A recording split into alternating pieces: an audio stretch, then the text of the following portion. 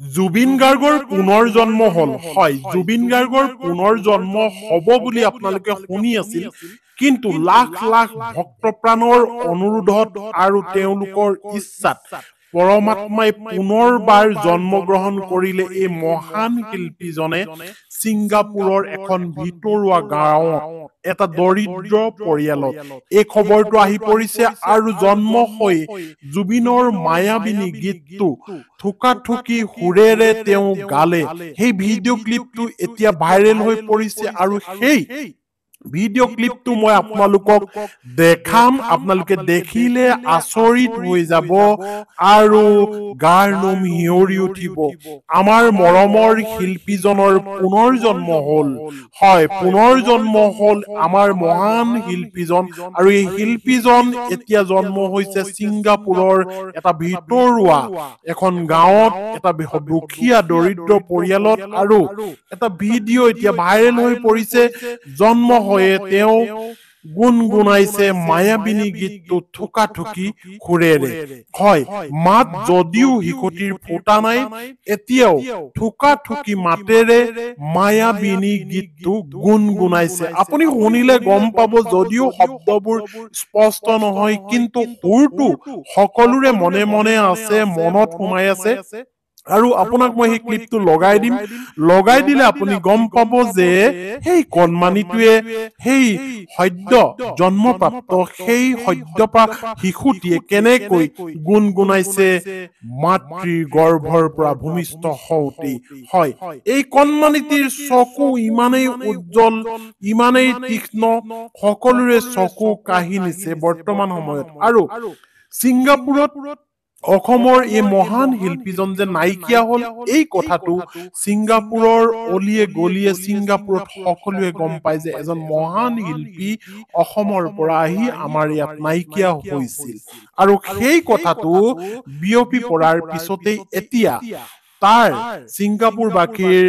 ৰাইজে গম পাইছে আৰু দেখিছে যে সেই কণমানিটোৱে জন্ম হোৱাৰ পিছতেই সেই গীতটো মায়াবিনী গীতটো গুণগুণাব পাৰিছে এই কথা কেনেকৈ সম্ভৱ এই কথা কিন্তু সম্ভৱ হৈ উঠিছে আপোনালোকক মই শেষৰ ফাললৈ সেই ক্লিপটো লগাই দিম আপোনালোক শুনিলে আচৰিত হ'ব কাৰণ অজস্ৰ অনুৰাগী জুবিন গাৰ্গৰ অজস্ৰ অনুৰাগীয়ে কান্দিছে জুবিন গাৰ্গক হেৰুৱাই জুবিন গাৰ্গৰ সেই পৰমাত্মাই স্বৰ্গত স্থান পাইছে বুলি সকলোৱে বিশ্বাস কৰিছে আৰু জুবিন গাৰ্গে এনেকুৱা কাম কৰা নাছিল যি কামৰ বাবে তেওঁ পুনৰ জন্ম নহব হয় সেইজন ব্যক্তিৰে পুনৰ জন্ম হয় যিজন ব্যক্তিয়ে কোনো পাপ কাম নকৰে যিজন ব্যক্তিয়ে কোনো পাপ কাম কৰা নাই কেৱল ৰাইজৰ জ্ঞাতাৰ্থে ৰাইজৰ কাৰণে ৰাইজৰ সৎ বিচাৰ কৰে আৰু ৰাইজৰ কাৰণে তেওঁ কাম কৰি যায় উৰে জীৱন সেইজন ব্যক্তিয়ে খুব সোনকালে আচলতে জন্মগ্ৰহণ কৰে অৰ্থাৎ পুনৰ জন্ম লাভ কৰে আৰু সেই পুনৰ জন্ম লাভ কৰিছে জুবিন গাৰ্গে বৰ্তমান সময়ত আৰু তেনেকুৱা এজন সৌভাগ্যৱান ব্যক্তি আমাৰ অসমত আছিল যিজনৰ নাম হৈছে জুবিন গাৰ্গ আৰু অসংখ্য জুবিন প্ৰেমীয়ে অসংখ্য জুবিন অনুৰাগীয়ে অসমৰ ৰাইজে ভাৰতবৰ্ষৰ ৰাইজে জুবিন গাৰ্গৰ পুনৰ জন্ম হোৱাটো বিচাৰিছে অন্তঃকৰণে আপোনালোকে সকলোৱে অনুভৱ কৰিছে আজি এমাহ দিন পাৰ হৈ গৈছে ১.৫ মাহত ভৰি দিছে এতিয়া জুবিন অনুৰাগীয়ে এতিয়াও পাহৰিব পৰা নাই জুবিনৰ সেই স্মৃতিবোৰ গতিকেহে জুবিন গাৰ্গে সৃষ্টি কৰি যোৱা সেই ৰৈ ৰৈ বিনালে সেই ছবিখনৰ ছবি গৃহত গৈ এতিয়াও ৰাইজে জুবিনৰ অনুৰাগীয়ে শুকাই কান্দি পেলাইছে জুবিনক দেখি আৰু জুবিনক দেখি এতিয়াও কান্দিছে বহু ৰাইজে আৰু সেই ৰাইজৰ অনুৰোধ যেন জুবিন গাৰ্গ পুনৰ জন্ম লাভ কৰক এই পৃথিৱীলৈ পুনৰ ঘূৰি আহক জুবিন গাৰ্গৰ আধৰুৱা কামবোৰ যেন তেওঁ পুনৰ কৰিব পাৰে আৰু সেই অনুৰোধ এতিয়া ৰাখিছে পৰমাত্মাই হয় সেই পৰমাত্মাই সেই অনুৰোধ ৰখাৰ কাৰণে সকলো এতিয়া সুখী হ'ব কাৰণ জুবিন গাৰ্গক পাহৰি যাব পৰা কোনো ব্যক্তি নাই মানুহে যেতিয়া অধিক ইচ্ছা কৰে মানুহে যেতিয়া অধিক বিচাৰে সেই বস্তুটো মানুহক দিয়ে আৰু জুবিন গাৰ্গক ইমান মানুহৰ অন্তৰে বিচাৰিছে ইমান মানুহৰ অন্তৰে বিচাৰিছে আপুনি ভাবিব নোৱাৰিব আজি 1.5 মাহ দিন চুইছে আৰু এই 1.5 মাহ দিনত আপুনি অনুভৱ কৰিছে যে জুবিন গাৰ্গ প্ৰকৃততে জীয়াই থকাৰ ধৰণৰ হৈছে আৰু কোনেও বিশ্বাস কৰিব পৰা নাই যে জুবিন গাৰ্গ আমাৰ মাজৰ পৰা গুচি গ'ল জুবিন গাৰ্গ প্ৰকৃততে জীয়াই আছে আৰু তাৰ বিভিন্ন ধৰণৰ ৰূপ আৰু তাৰ বিভিন্ন ধৰণৰ উপস্থিতি জুবিন গাৰ্গে সময়ে সময়ে দি আহিছে এই কথাটো আপোনালোকে গম পাইছে কাৰণ ছিংগাপুৰৰ পৰা যিদিনা তেওঁ নৰশ্বৰ দে আহি অসমত উপস্থিত হৈছিল আৰু অসমত উপস্থিত হোৱাৰ লগে লগে বৃষ্টিপাত হৈছিল আৰু সেই বৃষ্টিপাতৰ মূল লক্ষ্য আৰু উদ্দেশ্যই আছিল যে জুবিন গাৰ্গে কৈছিল মোৰ উপস্থিতি আছে মই এতিয়াও আছো সেই বৰষুণ জাকে তেনেকৈ কৈছিল আৰু এতিয়া ৰৈ ৰৈ বিনালে চিনেমাখনৰ যিদিনা মুক্তি লাভ কৰিছে ৰাতিপুৱা অৰ্থাৎ পুৱতি নিশা 4:45 যেতিয়া প্ৰথম দৰ্শনী দিছে সেই আগৰ সময়খিনিত তো জুবিন গাৰ্গে নিজৰ উপস্থিতি দেখাইছে অসমৰ ৰাইজক ভক্তপ্ৰাণ ৰাইজক জুবিনৰ অনুৰাগী